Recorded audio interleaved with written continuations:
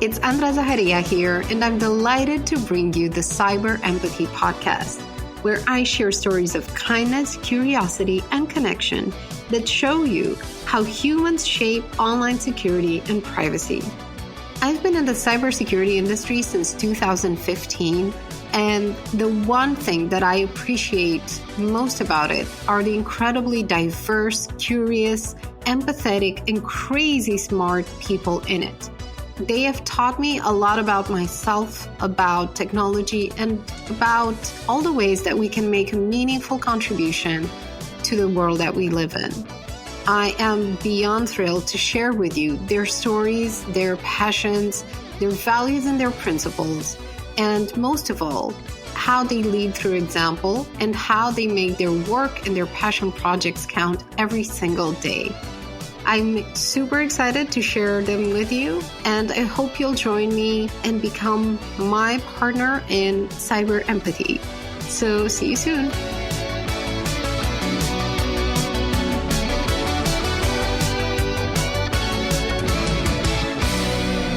It is not easy to be empathetic when your job is to act as an attacker and figure out what the security weaknesses in other people's businesses are.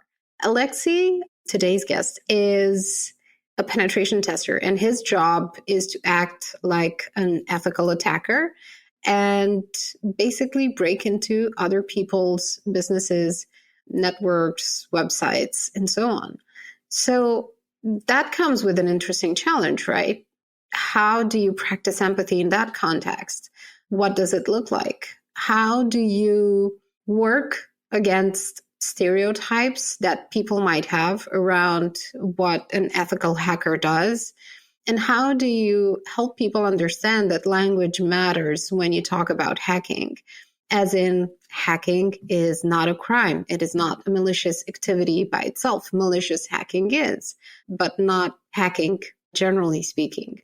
So in this conversation, we actually talked about this topic and many more. And I'm excited for you to discover Alexei's perspective, his very strong moral code, and how he makes a difference in his industry and his sector. I bet that you'll find his approach and his company's approach very refreshing and inspiring, and potentially it could serve as an example for your own efforts to communicate things that are important to you in a way that really gets them across to other people. So I hope you enjoyed this conversation.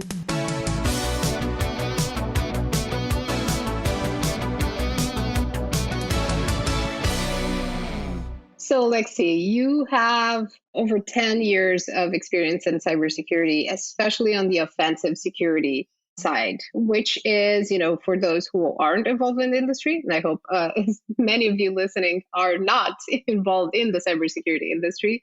I just wanted to, clear the term up.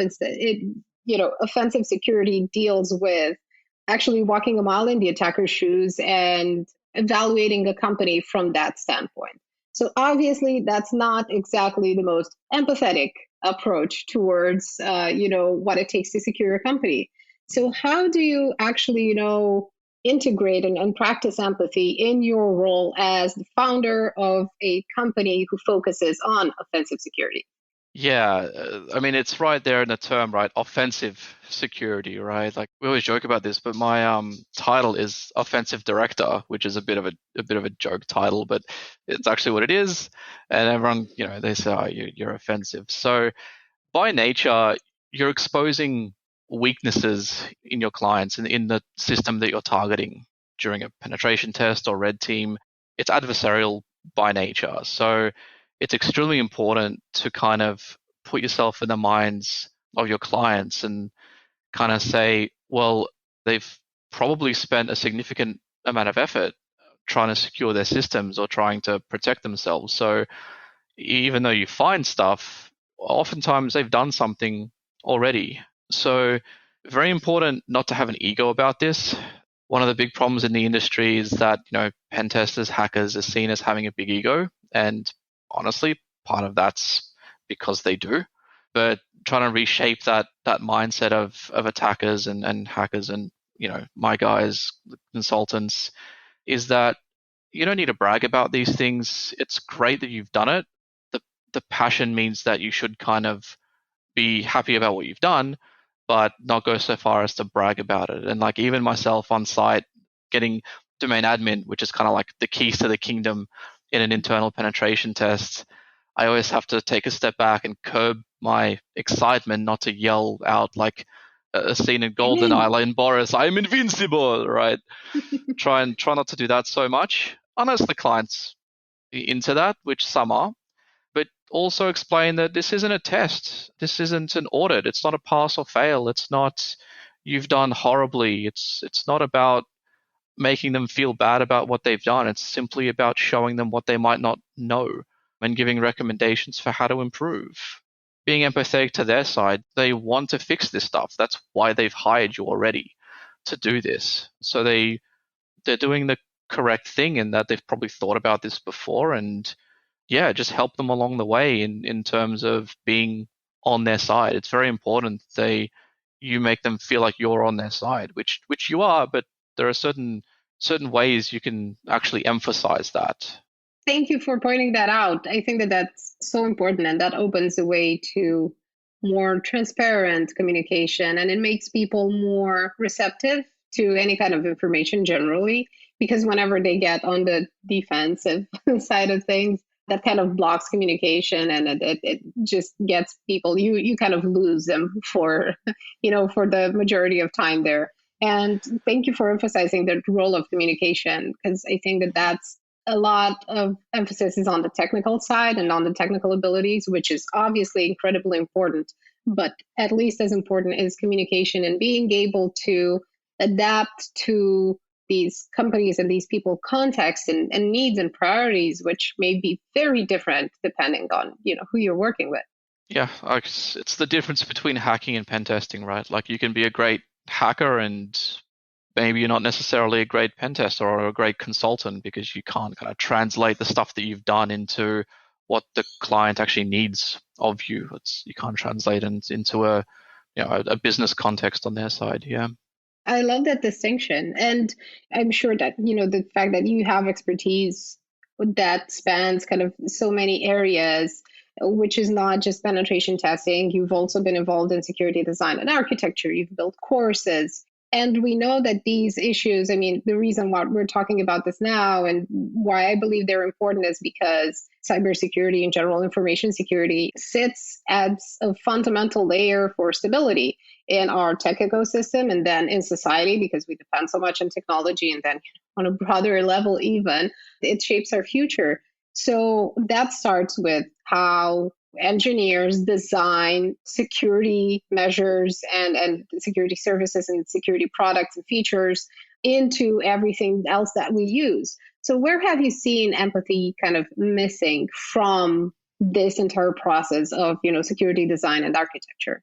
Yeah, there's a couple of different perspectives that we can look at that from. Maybe just starting with a vendor perspective, right? When you buy a product, like a software product, you expect it to be secure, or even when you ask someone to build a product for you, you kind of expect it to be secure. It's safety built in, right? The issue at the moment with security in general is that the security is attached onto the product afterwards.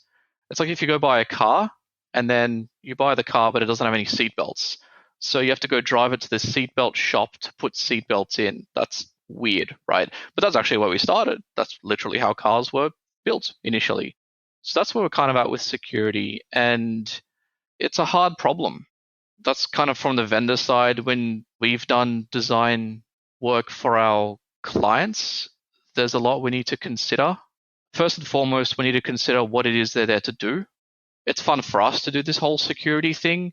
It's usually not fun for anyone else. They have to do it in order to continue to do what they do, whether it's, provide financial services or make toasters or whatever it is that they do. That's what they want to keep doing. So it's kind of important for us to take a step back and say, we're not in here to make you be secure. We're in here to help you continue to do what you love doing. And our way of doing that is with security, because that's what we do. That's what we're good at. That's what we love doing. So yeah, it's very important to still keep that in mind when you're doing security, is that this isn't the focus. It's the secondary aspect of what they have to do to continue doing their kind of first aspect of what they want to do.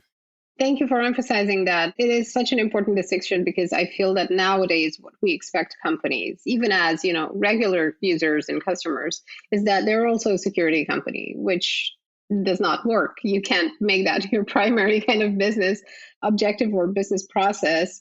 Ideally, in a perfect world, everyone would have enough resources and then, enough staff and so on to handle things much better than they do now. But in the real world where things are super complex and then you have to balance so many priorities, and you as a business owner can empathize with that more than most because you know exactly what they're going through. So it's much easier to make sure that you lead with that in mind. And I bet that besides doing the technical aspects of your job, you get to talk to so many people in your penetration testing engagements with clients that you do, provide other services for. And especially, when you're building or when you've built courses along the years. And to me, teaching, helping people to see that integrated some cybersecurity principles in their lives can actually, elevate their understanding of technology and how they manage it and improve their self-awareness. To me, it has so many benefits, but it's difficult for people to connect with that or to see that. And most don't. So what have you seen from building and delivering courses that gets people to pay attention? What gets them to respond and to actually start creating some change in their lives, whatever that may be? Honestly, having fun with the course is the number one driver. So I've made courses for technical people. I've made courses and workshops for everyday staff at organizations. I've taught large companies where whether they're in the room or they've watched the recording afterwards, basically everyone has seen that workshop that I've created. And I always go back to, especially if I'm teaching about security stuff, I put them in the mind of the hacker. I try and put them in those shoes. Because even in pop culture, right, it's kind of like the sexy thing. You got Mr. Robot and Swordfish and the movie Hackers. So there's a lot in pop culture about this like mystical hacker that does these magic tricks and gets into every system. So I like to put people in those shoes and just have them, even if it's not technical, just have them think like a hacker for a second. Like I've asked groups of people, okay, you've got access to someone's email and your goal is to break into the company. How would you do it? And the answers that I've received from non-technical people have been honestly like better than what I've come up with sometimes, right? I've got my list of, obviously the 5-6 things that I expect. And every now and then someone just pulls something completely out of left field. And I'm like, that's brilliant. That would absolutely work.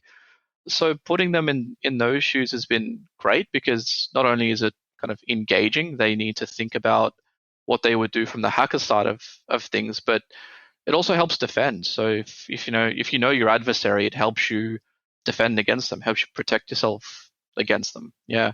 Yes. One thing I wanted to add is it's just very important to not jump that line into fear mongering.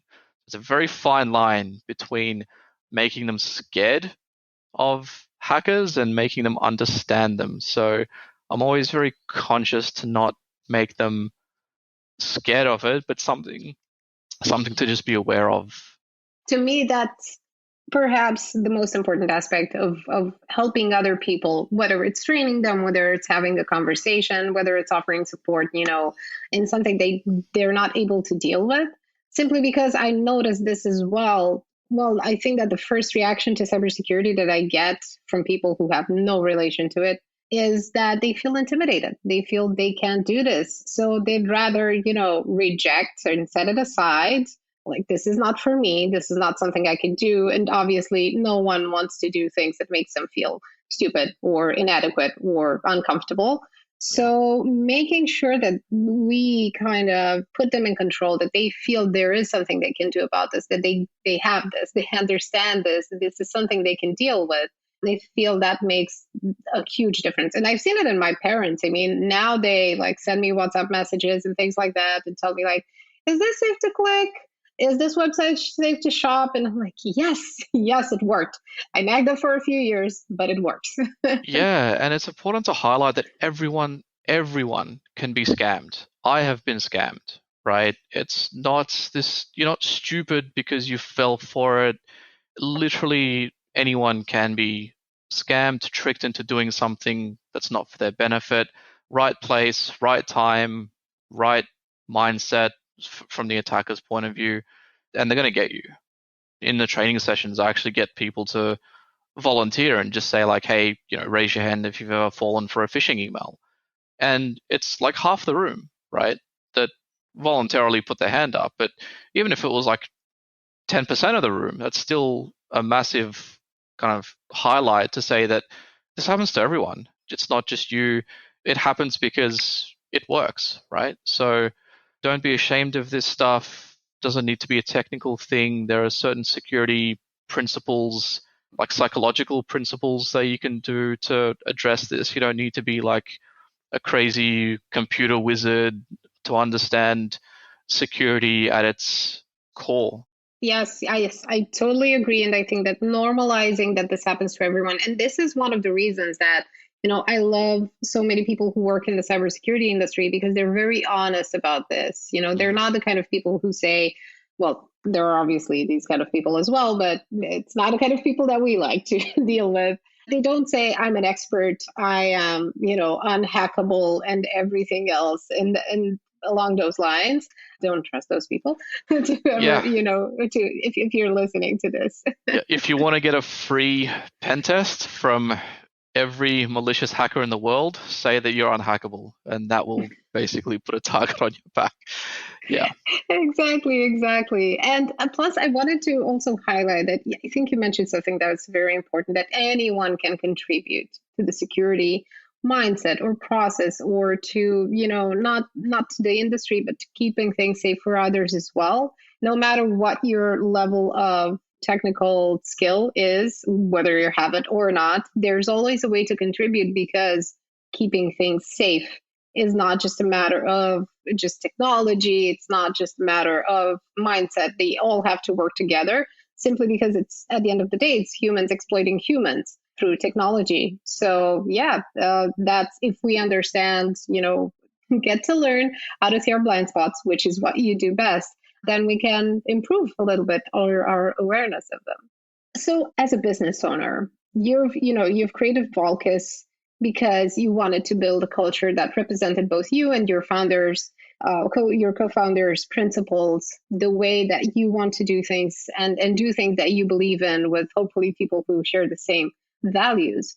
So how do you use, empathy in how you run the company? Because you've grown so fast. Yeah, it's been crazy. That's a really good question. Maybe I'll talk a bit about why we kind of started Volkis in the first place, or like the first couple of reasons. Matt and I didn't feel that it needed to be the shady industry. Not even shady in the bad sense, but just shady as in really closed off, right? Like we're in the shadows. Didn't really need to be like that.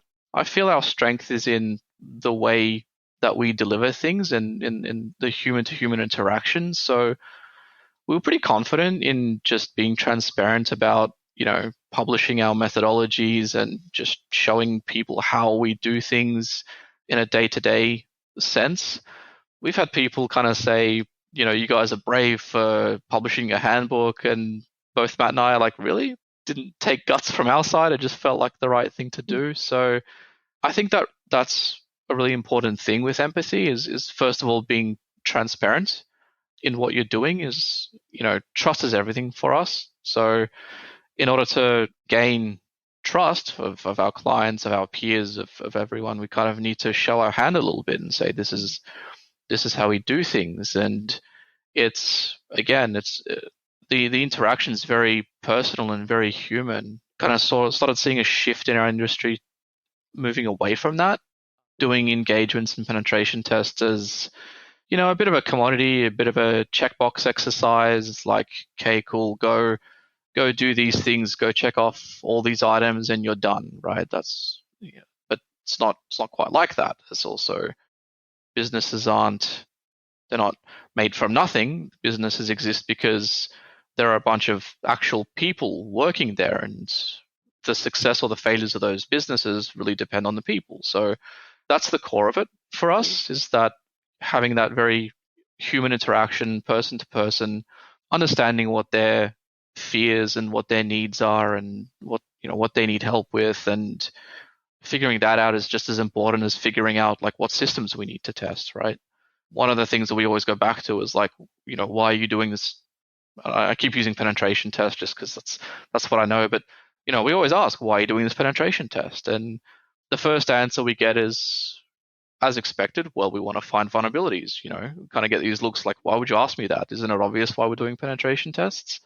And I kind of push further and go, okay, but why do you want to find those vulnerabilities? And maybe it's like I keep digging a bit deeper and deeper and deeper until I get to the core of why they want to improve their security. And it could be we want to protect our clients from our clients' data from being exposed, or we want to protect our own intellectual property from being exposed, or we want to continue to write code, build toasters, whatever it is, right? So getting to that core of it is really kind of our strength, I think. I think we put a lot more effort into that than others, yeah.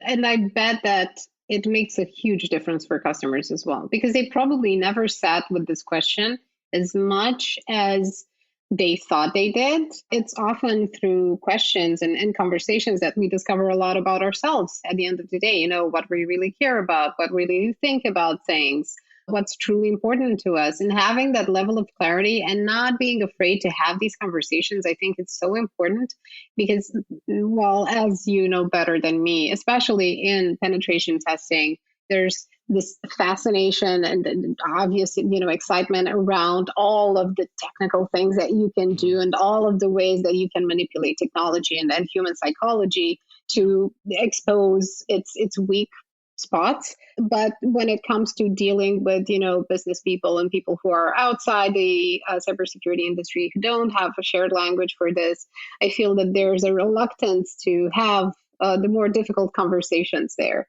It's thrilling to see that you're taking a different approach, that you're building on this, and that you're sharing these things transparently with the community, which we need so much more of to be able to kind of lift everyone up.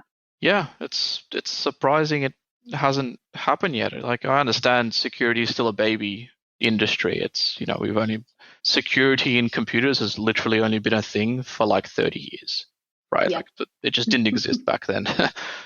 Yeah, I mean, like we'll catch up eventually. I'm sure it's, like I said, it's still a young industry, but got to start somewhere. And even if people want to call us out and say, I read your handbook, I don't agree with this, that's great, right? We want that kind of stuff, and it's got to start somewhere. Even clients, they can kind of look at it and say, hey, I read on your handbook you're supposed to do this, but you didn't. You didn't do that during your pen test. How come? And we better have a good answer for that. Either like, yeah, we made a mistake, sorry, we'll get on that right away, or, oh, well, in this case, it's a bit different, whatever the answer is. But yeah, it's gives a bit more power to the clients, I think, which is good in that it moves away from, well, here's your report, and the client's going, is this good? Is this bad? I don't really know. I'm not an expert. That's why I hired you. So I kind of just have to trust that it's good, right? Versus if we're a bit more transparent and say, well, this is the stuff that we need to do, not from a technical perspective, but kind of what our expectations are from a consulting approach, they can push back and say, hey, this wasn't kind of up to par, communication wasn't up to par, or, the way the report was structured wasn't great, it was too technical, or whatever it is, right? And we can have those conversations, which is great. Yeah. Mm-hmm. And I think that it gets them to have skin in the game. And if they want to, you can create these things for them. But if they want to actually read them and go through them, that's a great way of educating themselves. And they'll be able to apply that knowledge in various ways, and in many ways that I think that are unexpected, because it's not security. It's not just a point thing, a point solution thing. It's much broader than that. And it teaches you to see things that you otherwise probably wouldn't notice. So Yeah. thank you for these conversations and for these examples and for sharing so openly. It is incredibly refreshing and exciting to talk to people like you and to be able to take these conversations outside this echo chamber that we're trying to pierce through, all of us, to get more people interested in what is a fundamental discipline for how our society evolves without being too pretentious. Yeah, I'm passionate about this stuff, so I'm, happy to talk about this stuff all day, really. Well, I'll make sure to, add your contact details in the show notes. So everyone who, anyone who wants to get in touch with you or your co-founder or with Volkis in general will have an easy way to reach you. Thank you so much, Alexei. Yeah, this has been a pleasure. No, thank you so much for the invite. It was lovely to discover new ways of practicing empathy and cybersecurity with you today. Explore the podcast for more stories about connection, for more inspiring ideas, and for more people who drive online security and privacy forward. It's a great chance to learn from them how to improve your own practice of empathy, both in keeping yourself safe online, but also far beyond that.